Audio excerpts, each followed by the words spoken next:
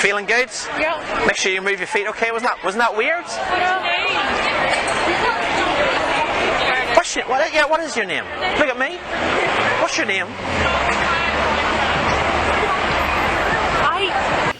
In this week's video we have some really fun hypnotic suggestions, so keep watching and find out, and I'm going to talk about how to craft suggestions, how to link suggestions, so keep watching.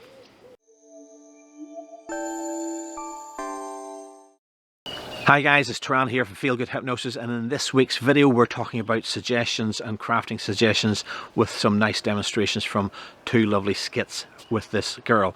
You've seen her before in previous videos. I'll put the link to her induction that was on a few weeks ago and you can check that out, but keep watching this video for now and see how to craft suggestions. Don't forget to click the big red subscribe button, and don't forget to click the big grey notification bell so you get notified every time a new video comes out from Feel Good Hypnosis. I really enjoy making those hypnosis videos, so if you subscribe and like and get notifications, then you'll keep watching and you won't miss a thing. So right off, as we start this video, we've just completed the induction and a little foot stick, as I said from the previous video. So in this one, she's in her eyes closed state, and I'm starting to layer in the next suggestion, and the way I'm doing it is I'm linking that to the foot stuck that has happened previously, and I'm saying just like your feet were stuck, your name is going to be stuck at the back of your mind. So that's a process of linking the previous suggestion that we know worked and we know went well to this one, so that increases the odds, the possibility of this suggestion happening because the last one worked so well. Now don't worry if you make a little blunder. Hypnosis is so forgiving because, again, we are so forgiving. We understand things, and our unconscious mind is just as understanding. So during this suggestion that I'm making, what I mean to say is just like your feet were stuck to the floor, your name's going to stick to the back of your mind. What comes out of my mouth is your name sticks to the floor. I catch myself on quickly and I correct my phrasing, my terminology, and I know the unconscious mind is going to forgive that and understand exactly what I mean. So if you ever make a mistake, don't worry about it. Don't just stop and go like deer in the headlights. Keep talking, keep correcting yourself, and keep moving on, and the unconscious mind will understand. It's about continually talking, continually giving information to the unconscious mind so it knows you're there giving instructions, and it's going to follow along. Then I use what's called a double bind. The more you try, the more it sticks. It's a sort of a hypnotic loop, because the more you try, the more it sticks. The more it sticks, the more you try. The more the more it sticks. But it's also a double bind, because if she doesn't try, then it's gone. And if she does try to bring the name back, then it sticks even more. So that suggestion in itself helps to reinforce that she cannot say her name. Next, what I do is use utilization of a previous experience. Now, I'm trying to get her to remember what it's like to forget. Funny phrase that, but it's about remembering what it's like to forget. So I say, you know what it's like to see someone on the TV, and you say, I know that name, but I can't remember it. So I'm getting her to access inside her mind a previous experience in which she forgot something. And that's a common experience. It's a common experience that we've all had from time to time. We saw an actor or even the character name on the TV, and we say, what do you call her? I know that girl's name, but I can't remember it. So the minute you access forgetting inside your mind, that reinforces her ability to forget. In this instance, and this time I'm asking her to forget her name. So I say, just remember that time when you forgot that name and it's gone. And just saying it's gone is reinforcing that her name has gone. So it's changing almost the referential index. The changes from talking about the person on the TV to talking about her in person. And before I ask her to open her eyes, I say, nod your head that you understand. Now, I'm not just doing that to get feedback, which is important, and I've talked about that in previous videos. But I'm also getting her to nod her head so she tells her conscious and unconscious mind to go, yeah, it's gone. So nod your head that you understand means I've understood the suggestions, and in nodding her head, she's synchronizing, as it were, between her conscious mind and her unconscious mind. So when she wakes up, or opens her eyes, some hypnotists don't like the word wake up because she's not in sleep. Hypnosis is not sleep, but we use that term for waking up out of hypnosis. So forgive me for that. But the key thing is, when she opens her eyes, she's confirmed with herself that her name is gone. Now, as soon as she opens her eyes, I say to her, well, check that you can move your feet. Again, I'm not just doing that to make sure that we've moved on to the next skit.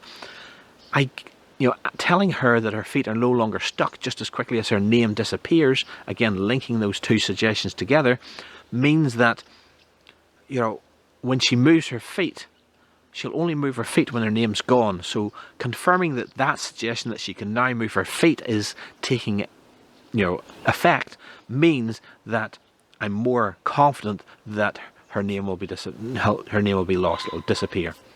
So there's more than just asking her, are your feet gone, just to check if she can now move her feet. It's telling me that if the feet are moving, the other suggestion is kicked in. So notice my frown as I'm communicating to her, what's your name? That's what's called a non-verbal suggestion, because I'm not speaking out any confusion. I'm just looking confused. And when you think of everybody that looks at you and goes, what? That gives them the suggestion that there's puzzlement afoot and something's going wrong. It's not right. So look out in this video and other videos for non-verbal cues that I'm giving to the subjects.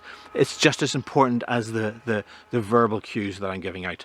Once it's clear her name is forgotten and she can't say it, I extend that skit by saying, in a moment you're going to sing, and when you sing your name in rhyme, it'll come back to you. And of course, the famous one I do is singing the birthday song. It's a popular song where somebody recites their name in rhyme. Now, watch how she reacts to that. At first she's going, happy birthday to you. She's going, why am I singing this?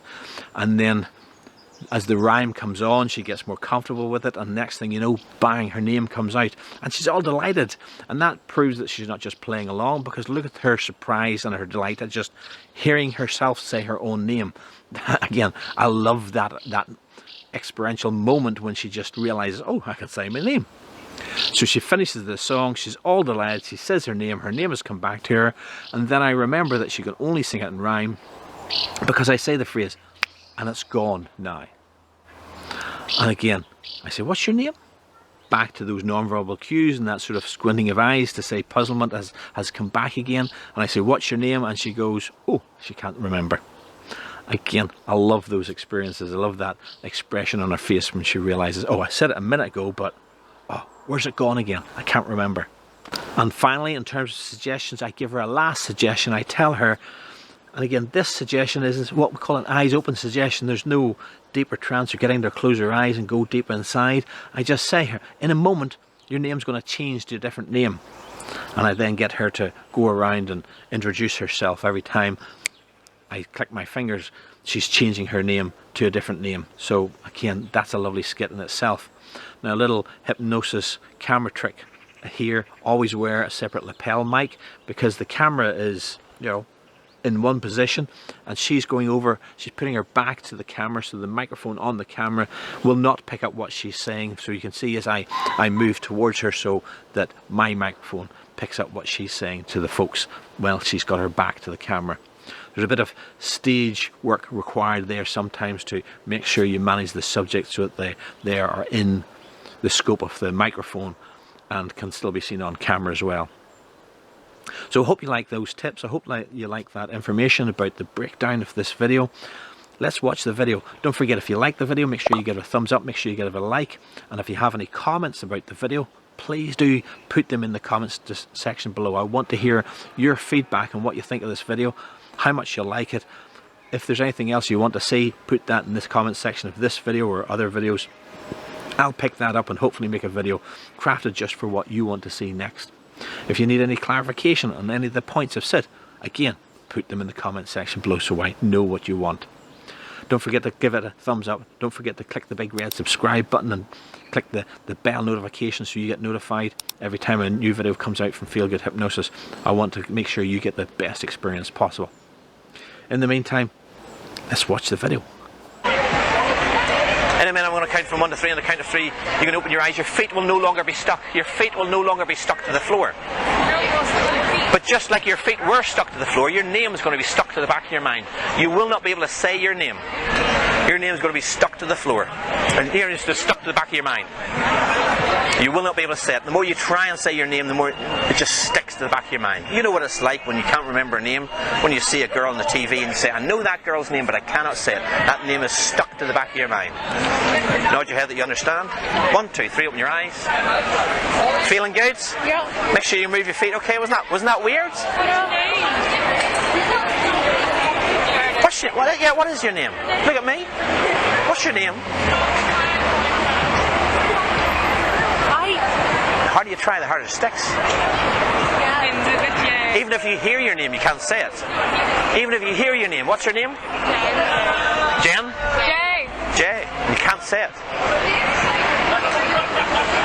Think of JJ Pyrobi. You cannot say it. The more you hear it, you cannot say it.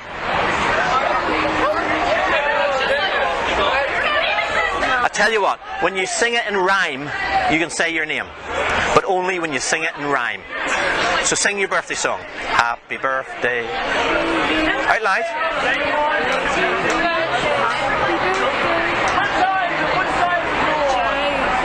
Happy birthday to you. And it's gone.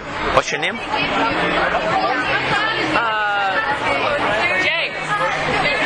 Name's Jay. When I click my fingers, your name is a boy's name. What's your name? Jay. Change to a different boy's name. What's your name? Alex. How do you do, Alex? Hi. Introduce yourself. Every time I click my fingers, it changes to a different boy's name. Introduce yourself to this girl. Hey. What's your name? Lee. Hi, Lee. And introduce yourself to this girl. Jay. Sorry? Introduce yourself to this girl. Oh, I'm not a girl. Hey, I'm Jonas. Did you just use my name, Jay? I'm Jonas. And it changes to a different boy's name. Hi. What's your name? I'm Max. Hi, Max. How do you do? I'll stand over here. There you go. And look at me and sleep now. Way down deeper.